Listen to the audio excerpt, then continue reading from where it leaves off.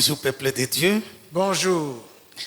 Nous disons grand merci au révérend pasteur Clément Senda qui nous a fait confiance pour que nous puissions prendre la parole en ces moments précis. Vous savez, céder la chair, c'est pas chose facile. C'est une grande responsabilité et encore un grand risque parce qu'on ne connaît pas celui qui va parler, de quoi il va parler, tout ça, ça peut déranger en tant que pasteur. Moi-même, je sais comment ça nous dérange. Mais Dieu nous fera grâce. Voici le sujet que je vais pouvoir partager avec vous en ces moments importants que Dieu nous a accordés. Avant de donner le sujet, prenons d'abord nos Bibles. Nous prenons le livre de Genèse. Ne pensez pas à ces versets-là. Nous sommes dans Genèse. Ne pensez même pas à ces chapitres-là. C'est un autre chapitre qui va susciter beaucoup de questions. Pourquoi? Mais nous prenons Genèse chapitre 19.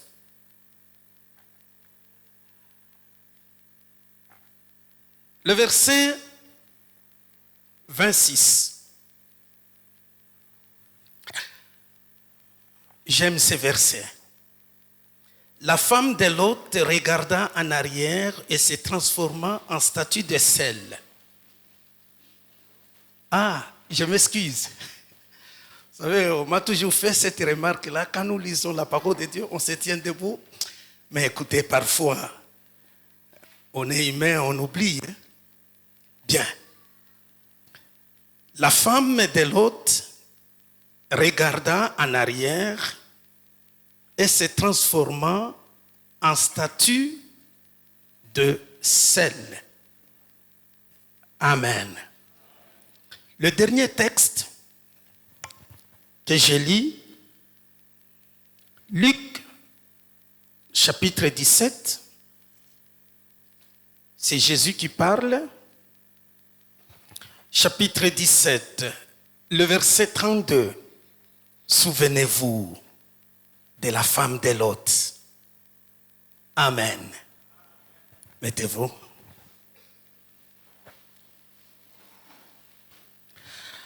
La femme de Lot devient une statue de sel. Révérend pasteur, comment j'intitule mon intervention de ce matin? À qui la faute? Vous savez, ce sujet, si je commets l'erreur en demandant à une ou deux personnes de répondre, nous n'allons pas sortir. À qui la faute? Les mamans me regardent, les papas également, parce que c'est la femme qui est devenue une statue de sel. Et l'autre, c'est son mari. Et moi, je pose la question, à qui la faute? Ou en d'autres termes, je peux poser encore une autre question, où était l'autre? Alléluia. Avant de développer ce sujet, que dit la parole de Dieu? L'homme est le chef de la femme, comme Christ est le chef de l'Église. L'homme est le chef. L'homme masculin est le chef. Patient est le chef. Alors, quel est le rôle d'un chef? Le chef n'est pas là pour écraser. Est-ce qu'on est ensemble? Le chef est là pour sécuriser. Le chef est là pour protéger. Le chef est là pour donner la nourriture à ses sujets. Le chef est là pour veiller sur la vie de ses sujets. C'est ça le chef. Quand Dieu dit l'homme est le chef, il lui donne la responsabilité de sécuriser sa femme, de protéger sa femme,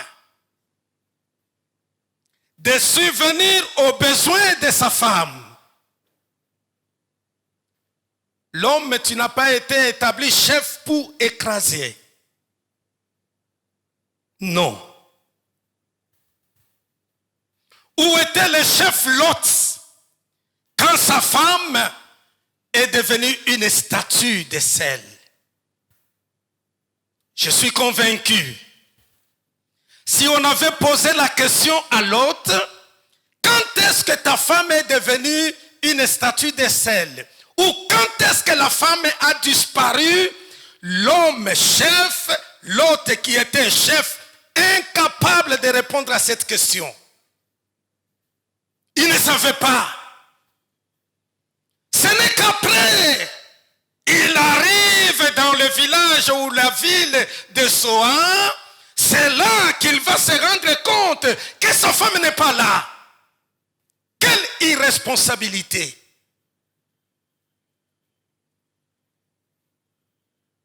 Et chaque jour, l'autre peut se taper la poitrine pour dire, c'est moi le chef, un chef irresponsable.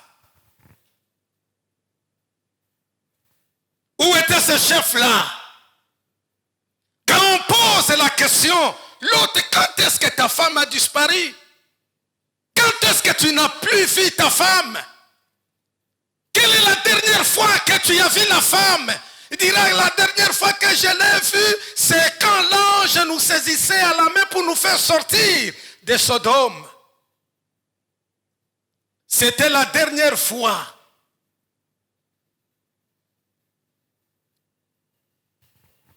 Et cette femme, plusieurs siècles plus tard, Jésus va parler à la foule. Souvenez-vous de la femme de Lot. Cette femme, certainement, avait un nom. Et on ne voulait même pas citer son nom. Comme une femme inconnue. Souvenez-vous de la femme de Lot. Ça signifie quoi? Je pense, Jésus pouvait dire, souvenez-vous de cette femme rejetée. Souvenez-vous de cette femme abandonnée. Souvenez-vous de cette femme oubliée par son mari. Souvenez-vous de cette femme que la société tout entière a rejetée. Pourtant, cette femme a fait un travail noble dans la ville de Sodome. Et pourtant, dans cette ville où régnait l'impudicité sans merci, l'impudicité sans pareil, mais cette femme a su donner une bonne éducation à ses deux filles. Et l'autre pourra même se taper la poitrine. J'ai encore des enfants vierges dans ma famille. Ce n'est pas l'autre qui veillait à l'éducation de ses enfants, de ses filles.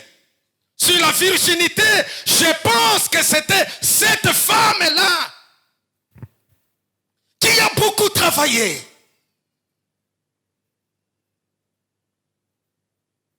Qui a su garder ses enfants vierges dans une ville ou dans un monde rempli d'impudicité. Mais cette femme a su donner une bonne éducation. Et voilà, il fallait maintenant sortir de Sodome et aller. Qu'est-ce que l'autre a fait? Moi j'imagine, la façon dont on courait. Quand il marchait, il pouvait être sur la même ligne. À gauche, ce n'était pas la femme, c'était sa fille aînée peut-être. À droite, la deuxième fille. Et derrière, la pauvre femme.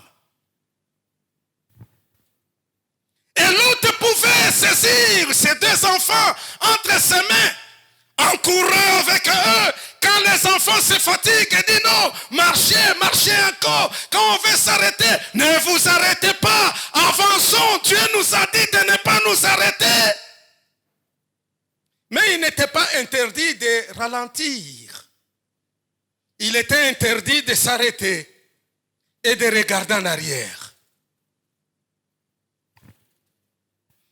Et quand l'autre marchait, je suis sûr, il pouvait jeter un coup d'œil un peu à gauche et à droite pour se rassurer que ces deux filles sont là. Elle court. Il court avec les deux filles, on avance, on avance. Et qui pouvait s'occuper de la pauvre femme? Personne. Parce qu'elle est restée derrière. Et on oublie même que la Bible nous dit, on a quitté Sodome quand il faisait encore trop tôt, il faisait encore sombre à l'aurore. C'est alors qu'ils ont quitté. Et quand est-ce qu'ils entrent à Zoar? La Bible nous dit, quand le soleil s'est levé. Est-ce que ces éléments ne peuvent-ils pas nous aider à comprendre la faiblesse de cette femme-là? La quitter trop tôt matin. Et quand on a couru, parce que la femme pouvait se fatiguer, c'est normal. C'est pourquoi Dieu n'a pas dit, ne ralentissez pas, dit non, ne vous arrêtez pas. Mais vous pouvez courir un peu lentement pour attendre l'autre. Vous allez me dire, les enfants étaient aussi filles. Oui, mais ils étaient jeunes, capables de parcourir de longues distances. Et la femme qui a marché pendant ce temps-là, je pense qu'elle était fatiguée. C'est tout à fait normal. Elle n'avait personne pour l'encourager. Elle n'avait personne pour dire, non, ne t'arrête pas, avance encore ou avance. Elle n'avait personne. Et l'autre a pris le temps de protéger ses deux enfants, en oubliant la source de ces enfants-là. En oubliant qui a amené ces enfants au monde. Ce n'était pas l'autre seul, sa femme aussi. Regardez ce qui se passe dans nos vies. Aujourd'hui, nous papas, nous parents, qui s'occupent de nos femmes?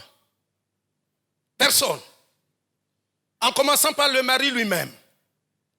Voilà quand le mari revient du service fatigué. La femme vient avec un problème. Je ne comprends pas ceci ou cela. Est-ce que tu peux m'aider? Je donne mon exemple comme pasteur.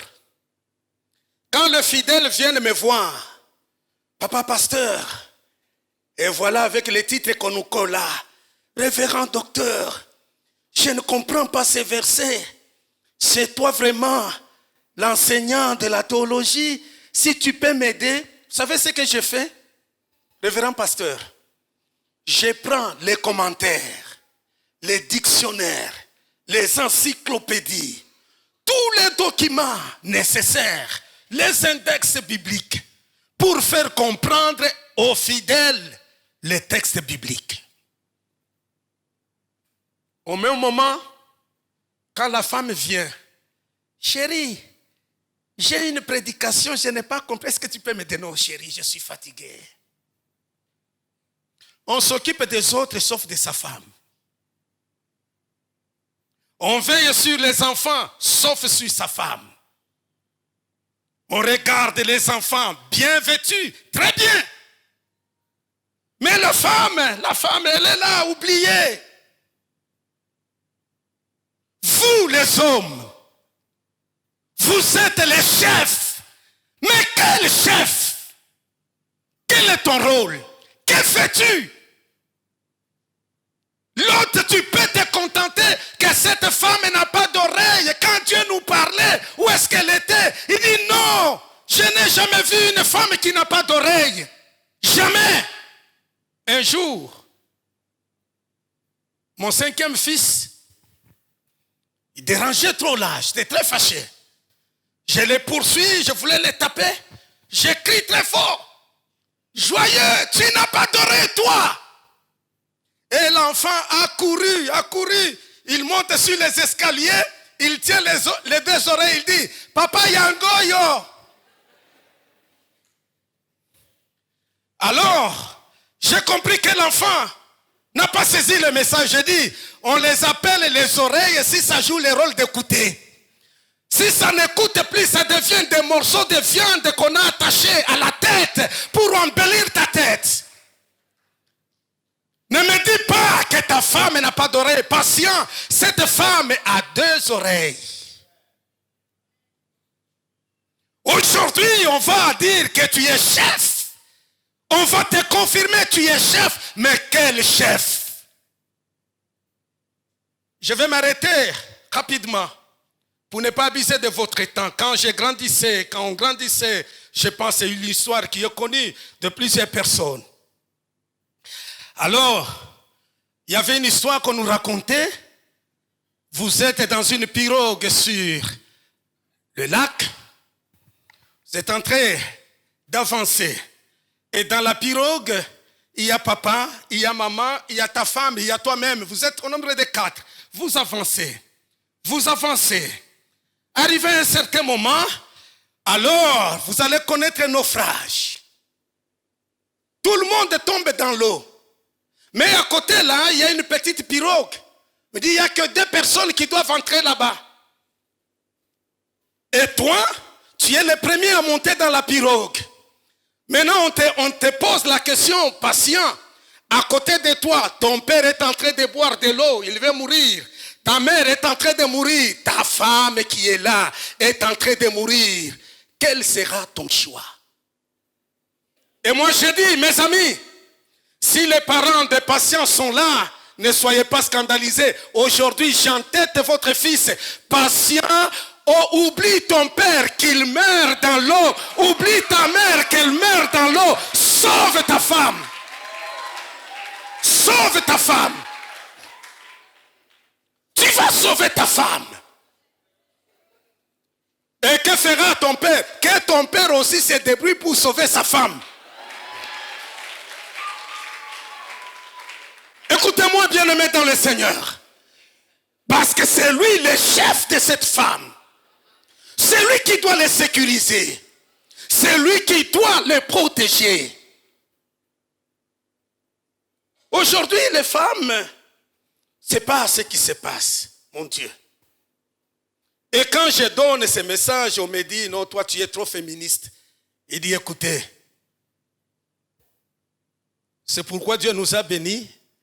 Il a fait de moi pasteur pour ne pas vous permettre de vous poser des questions. Je m'arrête là, je parle. Et quand vous allez soulever les débats resteront avec le pasteur. Moi-même, je suis parti. Parce que les hommes sont prêts, tels qu'ils sont là. Ils sont prêts. Ils disent non, cette femme est là. Oui. Ma femme se réveille même à 5 heures. Et après, quand moi je me réveille même à 7 heures, déjà, avant de sortir au salon, moi je me lave et je termine tout dans 10 ou 15 minutes. Mais elle qui s'est réveillée à 5 heures là, jusqu'à 9 heures où le culte commence, elle n'est jamais prête.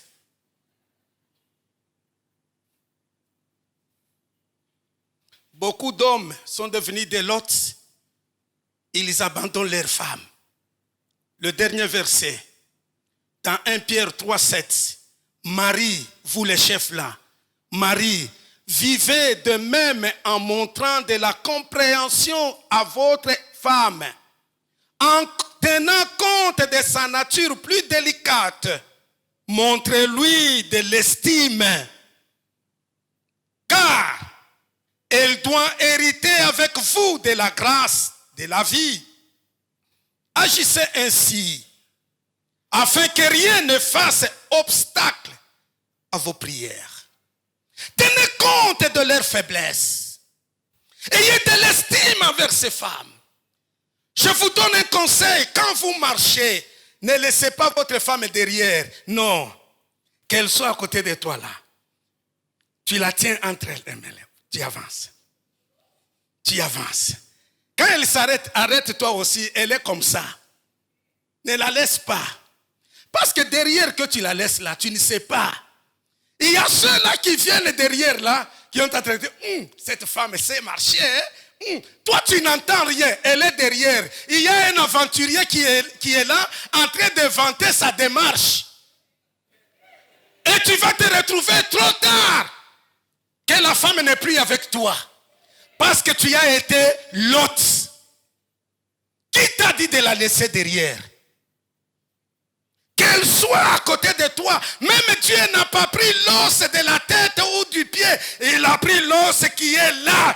Qu'elle soit à côté de toi. Quand tu marches avec elle.